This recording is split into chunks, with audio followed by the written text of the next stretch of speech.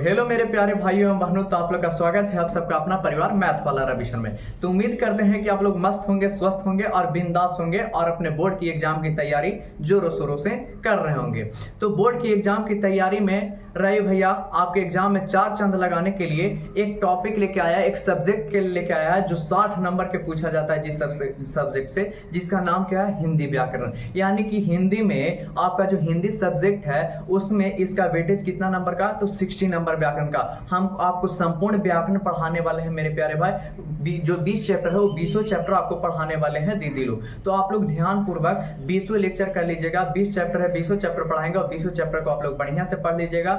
आपको जितने भी व्याकरण से क्वेश्चन पूछते हैं ऑब्जेक्टिव वाले, सारे क्वेश्चन डील कर लेंगे। ठीक है, तो उम्मीद करते हैं कि आप वीडियो लेक्चर को पूरा देखिएगा और पूरा देखने के बाद अगर समझ में आए तो चैनल को सब्सक्राइब कर लीजिएगा और बेल आइकन को दबाना नहीं भूलिएगा, ताकि अगला लेक्चर आए तो सबसे पहले तोरा तक पहुंचे, यानी आपके पास पहुंचे। ठीक है, तो यहाँ पे चलिए सबसे पहले आपको समझाने का प्रयास करते हैं चैप्टर 1। तो सबसे पहले देखेंगे, आज हिंदी व्याकरण पढ़ रहे हैं तो हिंदी व्याकरण में हम कौन सा चैप्टर पढ़ेंगे, तो चैप्टर 1। चैप्टर 1 का नाम क्या है, तो हम चैप्टर 1 का नाम दिए हैं अपने मन से भाषा और व्याकरण। सबसे पहले हम किसके बारे में जानेंगे चैप्टर 1 में बाबू, तो भाषा और व्याकरण के बारे में जानेंगे मेरे प्यारे दोस्तों।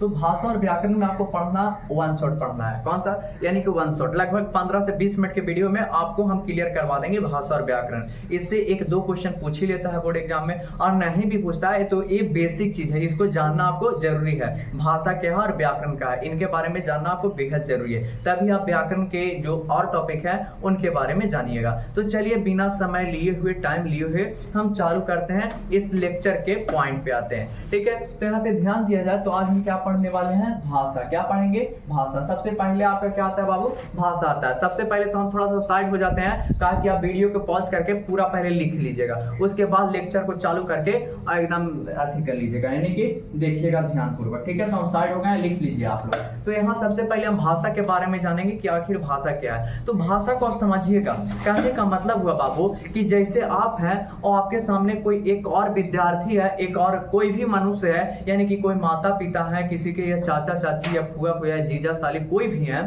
तो वहां पे अगर आपसे पूछा जाए कि एक जब जीजा एक साली से, या फिर एक मम्मी वो अपने हस्बैंड से, या फिर एक भाई एक बहन से बोलता है कि जाओ वहां से पानी लेके आओ, तो जो बोलने की प्रक्रिया हुआ, वो जो बोलने की प्रक्रिया वही क्या कहलाती है, भाषा कहलाती है। और बोल के किसी के सामने बताना, जो सुनने वाला होता है उसको हम श्रोता बोलते हैं। तो सुनने वाला बोलने वाली की जो प्रक्रिया होती है दोनों के बीच में, उसी को हम भाषा कहते हैं। क्या कहते हैं, भाषा कहते हैं। तो चलिए यहाँ से समझ में नहीं आया तो डिफिनेशन को देखते हैं कि डिफिनेशन आखिर किस प्रकार से लिखा है। डिफिनेशन से एकदम दिमाग में घुस जाएगा, उसके बाद और अच्छा से बेहतर से समझा देंगे। तो यहाँ पे देखिएगा भैया लोग और दीदी लोग, यहाँ पे क्या है, भाषा का डिफिनेशन आप लिखना चाहे तो लिखेगा जिस माध्यम से, किस माध्यम से, तो जिस माध्यम से मनुष्य, मनुष्य कहने का मतलब हम हो गए, आप हो गए, आपके मम्मी चाचा फुआ फुआ सब हो गए। ठीक है, तो जिस माध्यम से मनुष्य अपने भाव, यानी कि जो उनके अंदर के भाव है जिनको आप कहना चाह रहे हैं वही भाव की बात कर रहा है, अपने भावों तथा विचारों को,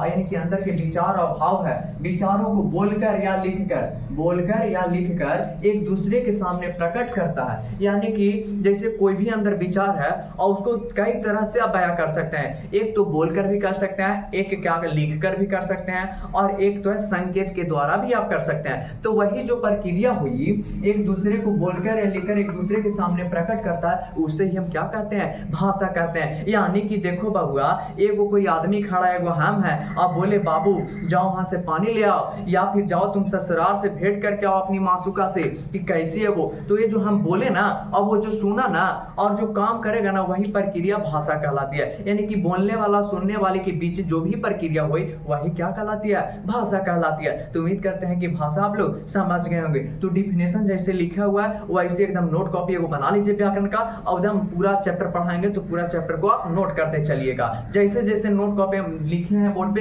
वैसे वैसे आपको उतारना है, ताकि आपको व्याकरण पढ़ने में एकदम आसान हो जाए और बहुत ही आसान भाषा में पढ़ाने वाले हैं मेरे प्यारे भाई। तो देखिए आप लोग भाषा समझ गए क्या होता है भैया। तो याद कैसे करेंगे, तो याद नहीं करना भाई, याद एको चीज नहीं करना हमारे क्लास में, ठीक है। जिस माध्यम से मनुष्य अपने भावों तथा विचारों को एक दूसरे के समक्ष बोलकर या लिखकर प्रकट करता है, उसी को क्या कहते हैं, तो भाषा कहते हैं भैया। बस याद हो गया, और क्या बड़ी भारी चीज था नहीं भैया। अब भाषा समझ में आ गया होगा, तो अब हम किसके बारे में जानेंगे कि आखिर हम भाषा जान लिए तो अगर बाल बच्चा भी होगा भाषा के, तब उसके बाल बच्चा के बारे में जानेंगे मेरे प्यारे दोस्तों, ठीक है। तो बाल बच्चा कैगो था भैया, जल्दी बतावा, तो तुम ही बताओ भावो, जेकरा जेकरा पता है कि भाषा के जेकर बाल बच्चा पता हो जल्दी बताओ। कहा कि हम भाषा के बेटा से शादी करला, तब पहले ओकर बाबूजी के बारे में जानकारी ले लिए कि ओकर बाबूजी आखिर क्या करता है, उसका गुण क्या है। तो भाषा के बारे में गुण यही है, उसका डिफिनेशन पढ़ लिया ना, तो उसका सारा चरित्र का वर्णन हो गया। आप जानेंगे जिसका बेटा से शादी करना है तो उसका बेटा के बारे में आप जानेंगे। आप पूछेंगे कि क्या गो बेटा हवा, तब ना संपत्ति के बांट के लगाएं कि इतना एक बेटा पर पड़ता होगा, एक बेटा पर इतना पड़ता होगा। तो आप जानेंगे कि इस भाषा के कितने बेटे होते हैं, यानी भाषा के कितने प्रकार होते हैं। तो ध्यान दीजिएगा बाबू लोग, भाषा के मूलतः 3 प्रकार होते हैं। कितने प्रकार, तो याद रखिएगा। कोई पूछेगा कि भाषा के मूलतः कितने प्रकार, तो भाषा के मूलतः 3 प्रकार। कितने प्रकार, 3 प्रकार भैया, भाषा के मूलतः 3 प्रकार होते हैं। अब आगे देखा जाए कौन कौन होता है भैया, यानी कि 3 को बेटा तो है, तीनों के नाम कुछ ही है। तो देख भैया नाम दीदी, नाम दीदी, देखो नाम क्या होता है। एगो के नाम होता है मौखिक वाहन, क्या होता है, मौखिक भाषा। क्या होती है वाहन, एगो के नाम है मौखिक भाषा, और दूसरा का लड़कवा के का नाम है लिखित भाषा, का नाम है लिखित भाषा। और तीसरा का लड़कवा के का नाम है भैया, तो तीसरा का लड़कवा के नाम है बहना सांकेतिक भाषा। क्या है भैया, सांकेतिक भाषा नाम है मेरे प्यारे दोस्तों, ठीक है। पहला के मौखिक भाषा, दूसरा के लिखित भाषा, तीसरा को सांकेतिक भाषा। तीनों के बेटवन के जब नाम जानिए तो उसको से शादी करना तो उसके बारे में जानेंगे ना, तब ना शादी ऐसी किसी को फंसा दीजिएगा नहीं ना। आप फंसा दीजिएगा तो दिक्कत होगा ना, आगे चल के आप ही की बहन है, आप किसी को फंसा दीजिएगा, संपूर्ण जानकारी लीजिएगा तब ना कि लड़का क्या करता है, का कर्म धर्म है, तो पहले उसके बारे में जान लेते हो, बाद शादी रचवा देंगे, ठीक है। तो चलिए हम जानते हैं सबसे पहला बड़का बेटा के बारे में। तो बड़का बेटा के नाम क्या था, मौखिक भाषा था भैया। तो चलिए मौखिक भाषा के बारे में जानते हैं। तो यहाँ पे देखा जाए तो मौखिक भाषा, यहाँ पे लिखा हुआ मौखिक भाषा का ये डिफिनेशन है। तो मौखिक भाषा कुछ नहीं होता है, जिस माध्यम से, यानी किस माध्यम से, तो जिस माध्यम से, मौखिक भाषा का डिफिनेशन ये है बाबू लोग कि जिस माध्यम से व्यक्ति, जिस माध्यम से मनुष्य अपने भावों तथा विचारों को बोलकर एक दूसरे के सामने प्रकट करता है, उसे क्या कहते हैं, तो मौखिक भाषा कहते हैं। काहे के मतलब है ना कि एगो सुनने वाला रह के चाहिए, एगो बोले वाला रह के चाहिए, और दोनों के बीच में जो प्रक्रिया होगा वही मौखिक भाषा कहलाएगा। कौन सा भाषा, मौखिक भाषा। जैसे एगो पति और पत्नी है तो वही निडर होकर बात करते हैं कि सुनो ना ये झाड़ू ले आओ यहाँ से, या फिर यहाँ से खाना ले आओ, खाना जल्दी दो, तो ये सब निडर होकर बात करते हैं पति पत्नी। ये जो लिखित भाषा किसके लिए, तो लिखित भाषा है जिनका शादी विवाह नहीं हुआ है, यानी कि गर्लफ्रेंड बॉयफ्रेंड वाला चक्कर चल रहा है, उनके लिए लिखित भाषा बना है। मौखिक भाषा पति पत्नी के लिए बना है सारे। देखो तो यहाँ पे लिखित भाषा का मौखिक भाषा का डिफिनेशन क्या होता है भैया, बताइए ना। तो देखो बाबू, देखिए मौखिक भाषा का डिफिनेशन यहाँ पढ़ेंगे। तो मौखिक भाषा का डिफिनेशन लिखना चाहे तो कुछ इस प्रकार से आप अच्छे भाषा में लिख सकते हैं। जिस माध्यम के द्वारा वक्ता क्या होता है भैया, तो वक्ता का मतलब होता है बाबू बोलने वाला, वक्ता का मतलब बोलने वाला। तो जिस माध्यम के द्वारा वक्ता अपने भावों तथा विचार क्या होता है भैया, तो जो अंदर चल रहा है ना, यानी किसी को कुछ काम करने वाला बोलना है, तो वो आपके अंदर विचार हो गया, जो काम आप बोलना चाह रहे हैं वही क्या हुआ, एक प्रकार का विचार और भाव हुआ। तो वही बोल रहा है, जिस माध्यम के द्वारा वक्ता यानी बोलने वाला, जिस माध्यम के द्वारा वक्ता अपने भावों तथा विचारों को, श्रोताओं का मतलब सुनने वाला, वक्ता का मतलब बोलने वाला, श्रोताओं के मतलब सुनने वाला, श्रोताओं के सामने प्रकट करता है, उसे मौखिक भाषा कहते हैं। कौन सा भाषा कहते हैं, मौखिक भाषा। फिर से एक बार डिफिनेशन पढ़िए भैया। तो देखो भाव डिफिनेशन मौखिक भाषा का ये है कि जिस माध्यम के द्वारा वक्ता अपने भावों तथा विचारों को श्रोताओं के सामने प्रकट करता है, उसे मौखिक भाषा कहते हैं। उसे कौन सा भाषा, मौखिक भाषा कहते हैं। तो उम्मीद करते हैं कि आप लोग मौखिक भाषा समझ लिए होंगे। तो इसका शादी हो गया मौखिक भाषा के। आप दूसरा का बेटवा के शादी करवाएंगे उसका, तो दूसरा का बेटवा के नाम कौची था भैया, तो लिखित भाषा था बाबू। तो आप लिखित भाषा के बारे में जानेंगे कि लिखित भाषा आखिर क्या। तो देखिए यहाँ पे दूसरा नंबर में कौन सा भाषा, लिखित भाषा। कौन सा भाषा बाबू, तो लिखित भाषा भैया। अब लिखित भाषा क्या होता है भैया, जल्दी बताइए। यहाँ पे देखिएगा लिखित भाषा का डिफिनेशन कुछ अच्छे भाषा में, एकदम सरल भाषा में आपको डिफिनेशन लिखा गया। इसी प्रकार से अपने कॉपी नोट कॉपी में डिफिनेशन लिखेगा बाबू लोग हर एक चैप्टर का, ठीक है। तो यहाँ पे देखिए क्या लिखा हुआ है, इसका डिफिनेशन, इसका विस्तार प्रकार क्या है कि जिस माध्यम के द्वारा लेखक, लेखक क्या होता है भैया, तो लेखक कहने का मतलब लिखने वाला, जो लिखता है उसे लेखक कहते हैं। तो जिस माध्यम के द्वारा लेखक अपने भावों तथा विचारों, भाव तथा विचार यानी कि जो अंदर के भावना है उसी का बात कर रहा है, भावों तथा विचारों को पाठकों के समक्ष, पाठकों क्या होता है भैया, तो पाठकों का मतलब जानते हैं बाबू लोग क्या होता है, जो पढ़ता है ना, जो यानी लिखा हुआ कोई चीज है और उसको पढ़ने वाला जो होता है उसी को पाठक बोलते हैं, उसी को क्या बोलते हैं, पाठकों बोलते हैं। जो पाठकों के सामने प्रकट करता है उसे क्या कहते हैं, लिखित भाषा कहते हैं। कहे के मतलब हुआ ना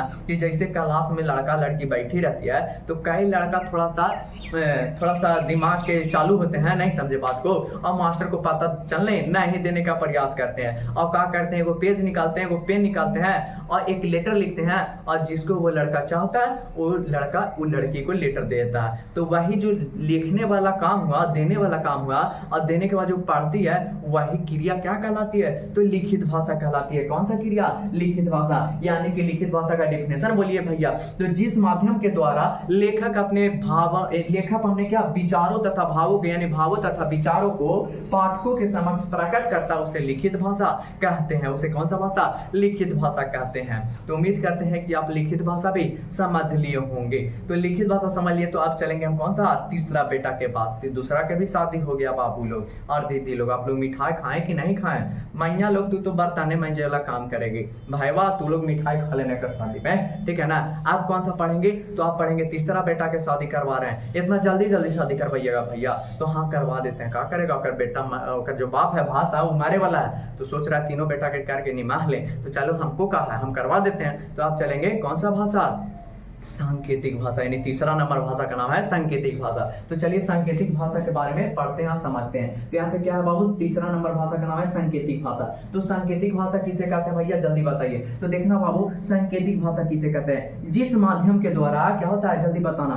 तो जिस माध्यम के द्वारा मनुष्य अपने भावों तथा विचारों को एक दूसरे के समक्ष संकेत या इशारों के द्वारा प्रकट करता है उसे सांकेतिक भाषा कहते हैं। उसे कौन सा भाषा कहते हैं, सांकेतिक भाषा। फिर से बोलिए भैया, फिर से पढ़िए। देखो बाबू, सांकेतिक भाषा का डेफिनेशन ये है कि जिस माध्यम के द्वारा मनुष्य अपने भावों तथा विचारों को एक दूसरे के सामने, एक दूसरे के समक्ष संकेत या इशारों के द्वारा प्रकट करता उसे कौन सा, सांकेतिक भाषा कहते हैं। कहे के मतलब हुआ ना बाबू, ध्यान से आप समझिएगा, एकदम अच्छे एग्जांपल से समझाते हैं। जैसे कहे के मतलब है भैया, जैसे कहे के मतलब है दीदिया बहनी कि कोई भीड़ है और भीड़ में एगो लड़का है एगो लड़की है और एक दूसरे से प्यार करते हैं, एक दूसरे को जानते हैं बहुत बढ़िया से, ठीक है। और जो लड़किया के भाई है ना वो भीड़वा में शामिल है, वो भीड़वा में लड़किया के भाई भी है। अब लड़का उसको कुछ कहना चाह रहा है, तो अगर उसके पास जाके कहता है, बोल के कहता है, तब तो कर भाई लड़किया के भाई लड़कावा के एकदम कूट कूट के मारेगा कि नहीं मारेगा, तो कोई भी मारेगा। जैसे केरो के बहन है तो उसका इज्जत है बाबू, वो बहनी भले नहीं समझ रहे लेकिन भैया को बहुत दुख होता है, ठीक है ना। तो आप लोग दीदी लोग से हम एक बात कहना चाहेंगे कि आप लोग अच्छे रास्ते पे चलिए, ठीक है, ज्यादा ये सब का चक्कर में नहीं रहिए, हम यही कहेंगे आपसे, ठीक है। आप हमारी भी बहन ही है, ठीक है, तो ज्यादा ये सब आलतू फालतू के चक्कर में नहीं रहे। आजकल कोई किसी का नहीं है, काम निकलते ही आप कहाँ गए, कौन है जनाब, हम कौन है जनाब, कोई पता नहीं रहता है दीदी लोग। तो आप लोग संभल के आज के जमाना में चलिए, ठीक है। लड़का लोग बहुत तेज होता है, कुछ लड़कियां भी तेज होती है, तो आप लोग भी समझ के चलना मेरे प्यारे भाई लोग, ठीक है। तो यहाँ पे सांकेतिक भाषा जैसे कहे का मतलब है ना, तो लड़कावा लड़किया है और भैया भी है, तब बोल के कर नहीं सकता, लेटर भी देगा तब पकड़ा जाएगा। आप दूर पर है, दोनों इशारा काम कर देता है, ठीक है, कि मैया तुमसे मिलेंगे, यानी कि इशारों में बात करता है, हाथ से ही हिला के बात कर लेता है, आंख से बात कर लेता है, हाथ से बात कर लेता है, उसी को सबसे तेज मासूका बोलते हैं, उसी को सबसे तेज बॉयफ्रेंड बोलते हैं, ठीक है ना। तो ये सबसे तेज वाला काम किया। तो उम्मीद करते हैं कि सांकेतिक भाषा आप समझ लिए होंगे। तो एक बार डेफिनेशन हम फिर से बोल देते हैं, आप कॉपी में नोट कर लीजिएगा। जिस माध्यम के द्वारा मनुष्य अपने भावों तथा विचारों को एक दूसरे के समक्ष संकेत या इशारों के द्वारा प्रकट करता है उसे कौन सा भाषा कहते हैं, तो उसे सांकेतिक भाषा कहते हैं भैया। जब मनुष्य अपने भावों तथा विचारों को एक दूसरे के समक्ष संकेत या इशारों के द्वारा प्रकट करता है तो उसे सांकेतिक भाषा कहते हैं। तो उम्मीद करते हैं कि सांकेतिक भाषा को भी समझ लिया, यानी तीसरा बेटा का भी शादी विवाह करवा दिया आप लोग, ये नंबर आती में खा चाल के डीजे उजे पे नच के। तो अब हम चलेंगे अगला टॉपिक, अगला भाषा, आखिर भाषा का उत्पत्ति पढ़ेंगे कि भाषा का उत्पत्ति कहाँ से हुई है। तो चलिए अगला भाषा की उत्पत्ति को देखते हैं मेरे प्यारे भाइयों बहन। ये देखेंगे भाषा की उत्पत्ति कैसे हुई थी, जो भाषा शब्द है उस भाषा शब्द की उत्पत्ति कैसे हुई थी मेरे प्यारे दोस्तों एवं भाइयों एवं बहनों। तो यहाँ देखिएगा दोस्तों, यहाँ पे भाषा शब्द की उत्पत्ति संस्कृत के भाष धातु, किस धातु से, भाष धातु से हुआ है, जिसका अर्थ कहना या प्रकट करना होता है। कहने का मतलब हुआ है यहाँ पे बाबू लोग, दीदी लोग, भैया लोग, कि जो आपका भाषा शब्द है उस भाषा शब्द का उत्पत्ति कहाँ से हुआ है, कोई पूछेगा तो आप क्या बताइएगा कि जो भाषा शब्द है उस भाषा शब्द का उत्पत्ति संस्कृत का एक शब्द भाष धातु है, भाष धातु से ही क्या हुआ है, तो भाषा शब्द की उत्पत्ति हुई है। भाष का अर्थ अगर की बात किया जाए हिंदी में, तो भाष शब्द का अर्थ होता है, भाष धातु का अर्थ होता है कहना या प्रकट करना, यानी किन्हीं चीजों के बारे में बोलना या उसके समक्ष प्रकट करना ही क्या कहलाता है, तो भाषा कहलाता है, यानी भाष कहलाता है। ठीक है, तो भाषा का उत्पत्ति कहां से हुई है, कोई पूछेगा कि भाषा शब्द की उत्पत्ति कहां से हुई है, तो भाषा शब्द की उत्पत्ति संस्कृत के भाष धातु से हुआ है, जिसका अर्थ कहना या प्रकट करना होता है। तो इस नोट पॉइंट को भी अपने नोट कॉपी में ऐड कर लीजिएगा, जितने भी चीज लिखवाते जा रहे हैं सारे चीज ऐड कर लीजिएगा। तो अब भाषा के बारे में हम संपूर्ण जानकारी ले चुके हैं कि भाषा आखिर होता क्या है, भाषा का डेफिनेशन क्या होता है, भाषा कितने प्रकार का होता है, तीनों के डेफिनेशन के प्रकार के डेफिनेशन पढ़ लिए, उसके बाद भाषा की उत्पत्ति कहां से हुई ये भी जान लिए। अब हम क्या पढ़ेंगे बाबू लोग, तो आप पढ़ेंगे भैया व्याकरण। भाषा के बाद टॉपिक क्या था, भाषा और व्याकरण। तो भाषा के बारे में तो जान लिए, आप किसके बारे में जानेंगे, तो व्याकरण के बारे में जानेंगे। तो चलिए व्याकरण को देखते हैं मेरे प्यारे भाइयों एवं बहनों। तो व्याकरण क्या है, तो यहाँ पे ध्यान दीजिएगा, व्याकरण के बारे में जानेंगे कि आखिर व्याकरण कहते किसको है। तो यहाँ व्याकरण का डेफिनेशन की बात किया जाए तो व्याकरण का डेफिनेशन हो जाएगा, जिस शब्द से हमें शुद्ध काका, तो शुद्ध भैया, जिस शब्द से हमें शुद्ध लिखना, पढ़ना तथा समझना आ जाए उसे हम क्या कहते हैं, व्याकरण कहते हैं। आए भैया आप तो पढ़ देख के पढ़ देते हैं, हम याद कैसे करेंगे, तो कुछ है बाबू, कोई पूछेगा व्याकरण किसे कहते हैं, तो ऐसे ही बोलना, जिस शब्द से हमें शुद्ध या कहने का मतलब मेन शब्द यहाँ पे शुद्ध है, शुद्ध पढ़े आ जाए, लिखे आ जाए, समझे आ जाए, ओकरे हम व्याकरण कह देते हैं। आपका जिस शब्द से हमें शुद्ध पढ़ना, लिखना तथा समझना आ जाए उसे ही व्याकरण कहते हैं। बस दिमाग में ढुक गया कि नहीं ढुका, तो हाँ भैया ढुक गया, तो कमेंट बॉक्स में जरूर कमेंट कीजिएगा अगर दिमाग में जाता है तो। जिस शब्द से हमें पढ़ना, लिखना तथा समझना आ जाए उसे क्या कहते हैं भैया दीदी लोग, तो व्याकरण कहते हैं। भैया बहुत बढ़िया से आप समझा दिए। तो व्याकरण का डिफिनेशन आप समझ गए होंगे, हम ये उम्मीद आपसे लगाते हैं। ठीक है, अब देखेंगे कि आखिर व्याकरण तो है भैया, लेकिन व्याकरण के पिता कौन था, व्याकरण को जन्म कौन दिया था, व्याकरण के बारे में जानकारी कौन दिया था, वो बताइए जरा। तो चलिए बाबू, एक भी चीज बेसिक चीज नहीं छोड़ने वाले, सारी चीज को गहन मंथन करने वाले हैं। इसके एक पीछे वाला लेक्चर में आपको संपूर्ण हिंदी के बारे में बताए थे कि हिंदी में कितने भाषा, हमारे भारत में कुल कितनी भाषाओं है, हिंदी किसे कहते हैं, हिंदी के जनक कौन है। इसके पिछले वाले लेक्चर में आप देख लीजिएगा, अगर पिछले वाले लेक्चर नहीं देखें तो। ये 2 लेक्चर बेसिक है और कल से आपको अगला लेक्चर में वर्ण पढ़ाना चालू करेंगे, जिससे आपको क्वेश्चन भर के बोर्ड एग्जाम में पूछता है, उच्चारण स्थान जिसमें आपको पढ़ना है। तो अभी हम देखेंगे व्याकरण के पिता कौन था। तो देखिए बाबू, जैसे मेरे भी पिता हैं, आपके भी कोई पिता होंगे, उस तरह से इसका भी पिता होना चाहिए, जायज है। ठीक है, भले मामी ना हो, पिता तो होना चाहिए। तो देखो, हिंदी एवं संस्कृत, यानी दोनों शब्द हिंदी एवं संस्कृत, हिंदी भी भाषा, संस्कृत भी भाषा। तो हिंदी एवं संस्कृत व्याकरण, जो हिंदी का व्याकरण संस्कृत का व्याकरण है, उनका जनक, दोनों का जनक एक ही था, जिनका नाम क्या है, महर्षि पाणिनि। मूल रूप से इनको किसका जनक माना जाता है, तो संस्कृत व्याकरण के, लेकिन संस्कृत व्याकरण के साथ साथ इनको हिंदी व्याकरण के भी क्या माना जाता है, जनक माना जाता है। तो याद रखिएगा, कोई आपसे पूछे कि हिंदी एवं संस्कृत व्याकरण के जनक कौन है, तो महर्षि पाणिनि को माना जाता है, महर्षि पाणिनि को माना जाता है। तो याद रखिएगा, जनक किन्हें माना जाता है, हिंदी व्याकरण संस्कृत व्याकरण का, तो महर्षि पाणिनि को। तो उम्मीद करते हैं कि आप लोग जितने भी चीज और जितने भी नोट पॉइंट इस चैप्टर का पढ़ा है भाषा और व्याकरण से, सारी चीजों को आप समझ लिए होंगे। तो एक क्वेश्चन लास्ट में कर रहे हैं, आप लोग कमेंट बॉक्स में इसको कमेंट दे के जरूर जाइएगा बाबू लोग, भैया लोग, दीदी लोग। तो जैसे हम क्वेश्चन ये कर रहे हैं कि भाषा कितने प्रकार के होते हैं, अगर आपको पता है कि कितने प्रकार के, आप समझ लिए हैं कि भाषा कितने प्रकार के होते हैं, तो कॉमेंट को बॉक्स में कॉमेंट आप जरूर कीजिएगा। और अगर वीडियो अच्छा लगा हो तो अपना फीडबैक जरूर दीजिएगा कि हाँ भैया आप समझाएं तो समझ में आ गया, और ज़्यादा समझ में आ गया ना भाई तो अपना मासूका अपने गर्लफ्रेंडवा के पास भी शेयर कर देना वीडियो के, ठीक है ना। वो भी देख लेगी, वो भी खुश हो जाएगा। बताना कि एगो हमारे भैया हैं वो तो हमारे बहाने लगेगी, जो आपकी गर्लफ्रेंड है वो हमारी सारी बहाने लगेगी। हम सबको बहाना मानते हैं, बस जिससे हमको शादी होगा ना उसको छोड़कर हम सबको बहाने मांगते हैं, ठीक है ना। साली को भी बहन समान इज्जत करते हैं, लेकिन अभी ना साली है ना घर वाली है, कोई नहीं है। तो उम्मीद करते हैं सारी चीज समझ लिए होंगे। छोड़ो सब बकवास वाली बात, बीच बीच में हम कभी कभी थोड़ा बहुत कर लेते हैं, तो इससे इरिटेट नहीं होना बापू। तो उम्मीद करते हैं सारी चीज आप लोग समझ गए होंगे। तब तक के लिए जय हिंद, फिर मिलते हैं आपसे नेक्स्ट लेक्चर में।